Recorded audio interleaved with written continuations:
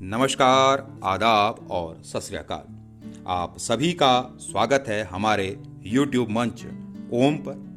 आज का विषय है जीवन जीने की कला। जीवन जीना भी एक कला है जिसे प्रत्येक मनुष्य को सीखना चाहिए। सिर्फ सांस लेना या छोड़ना ही जीवन जीना नहीं होता है। जीवन जीना तो वह कला है जो हमारे अस्तित्व के उद्देश्य को जानने में हमारी मदद करती है। हमें अपना जीवन यूं ही व्यतीत नहीं कर देना चाहिए, बल्कि हमारे जीवन की एक सार्थकता होनी चाहिए, क्योंकि निरर्थक जीवन पशुवत जीना हुआ। मनुष्य के पास बुद्धि बल है, इसलिए उसे अपना जीवन विवेकपूर्ण तरीके से जीना चाहिए। प्रत्येक मनुष्य को अपने होने का प्रमाण देना चाहिए, और जीवन की प्रामाणिकता तभी सिद्ध होगी जब कुछ नया और महत्वपूर्ण होगा। जो लोग जीवन जीने की कला जान जाते हैं वे मृत्यु के बाद भी पूजे जाते हैं। स्वामी विवेकानंद जी कहते हैं कि तुम्हें अंदर से बाहर की तरफ विकसित होना है। कोई तुम्हें पढ़ा नहीं सकता है, कोई तुम्हें आध्यात्मिक नहीं बना सकता है। तुम्हारी आत्मा के अलावा कोई और तुम्हारा गुरु नहीं है। प्रत्येक मनुष्य को यह प्रश्न अपने आप से पूछना चाहिए कि उसे अपना जीवन किस तरह जीना चाहिए। मनुष्य को सामान्य दिनचर्या में ही अपना जीवन नहीं बिता देना चाहिए। उसे अपने बारे में अधिक से अधिक जानने की कोशिश करनी चाहिए, क्योंकि जिसने स्वयं को भली भांति जान लिया फिर उसके लिए जानने के लिए कुछ नहीं रह जाता है। हमारी पूरी जीवन यात्रा स्वयं को जानना ही है।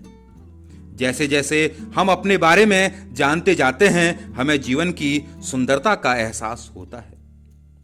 हमें जीवन के नए नए आयाम देखने को मिलते हैं। अपने आप को जानने की प्रक्रिया में हम अपने गुणों और दोषों को भी जान पाते हैं। हालांकि हम जैसे हैं, हमें स्वयं को उसी रूप में स्वीकार करना चाहिए, लेकिन हमें अपने अच्छे गुणों को विकसित और दोषों को दूर करने की कोशिश करते रहना चाहिए। मनुष्य को कभी स्वयं को कमजोर नहीं मानना चाहिए। स्वामी विवेकानंद जी कहते हैं कि खुद को कमजोर समझना सबसे बड़ा पाप है। जीवन आशा है, विश्वास का नाम है। जीवन प्रगति का प्रतीक है। ऐसे में हर मनुष्य किसी न किसी विशेष कार्य के लिए अवतरित हुआ है। प्रत्येक मनुष्य को सर्वप्रथम यही जानने का प्रयास करना चाहिए कि ईश्वर ने उसे इस धरती पर क्यों भेजा है। हम सभी के जीवन का एक अर्थ है। हमें अपना जीवन किसी उद्देश्य के लिए जीना चाहिए।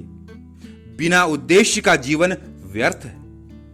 महात्मा बुद्ध का कहना है कि मैंने यह जान लिया है कि मैं किस राह का पथिक हूं। जीवन अमूल्य है, जीवन आशा में है, जीवन निराशा में नहीं है। निराशा में मृत्यु है, आशा ही जीवन है। चाहे जीवन में कितनी ही समस्याएं क्यों ना आए, लेकिन आशावादी व्यक्ति का नजरिया पूरी तरह बदल जाता है। निराशावादी व्यक्ति को जो समस्या विकराल लगती है, वही समस्या आशावादी आसानी से सुलझा लेता है। या यह कहें कि निराशावादी को हर अवसर में मुश्किल दिखाई देती है, जबकि आशावादी को हर मुश्किल में अवसर दिखाई देता है। सारा खेल अपने मन को समझने का है। महात्मा गांधी जी कहते हैं कि मनुष्य वह प्राणी है जो अपने विचारों से बना होता है। वह जैसा सोचता है वैसा बन जाता है। यदि हम निराशावादी सोच रखते हैं तो हमें अपना जीवन नष्ट होता हुआ दिखता है। यदि हम आशावादी सोच रखते हैं तो हमारे सोच पूरी तरह बदल जाए।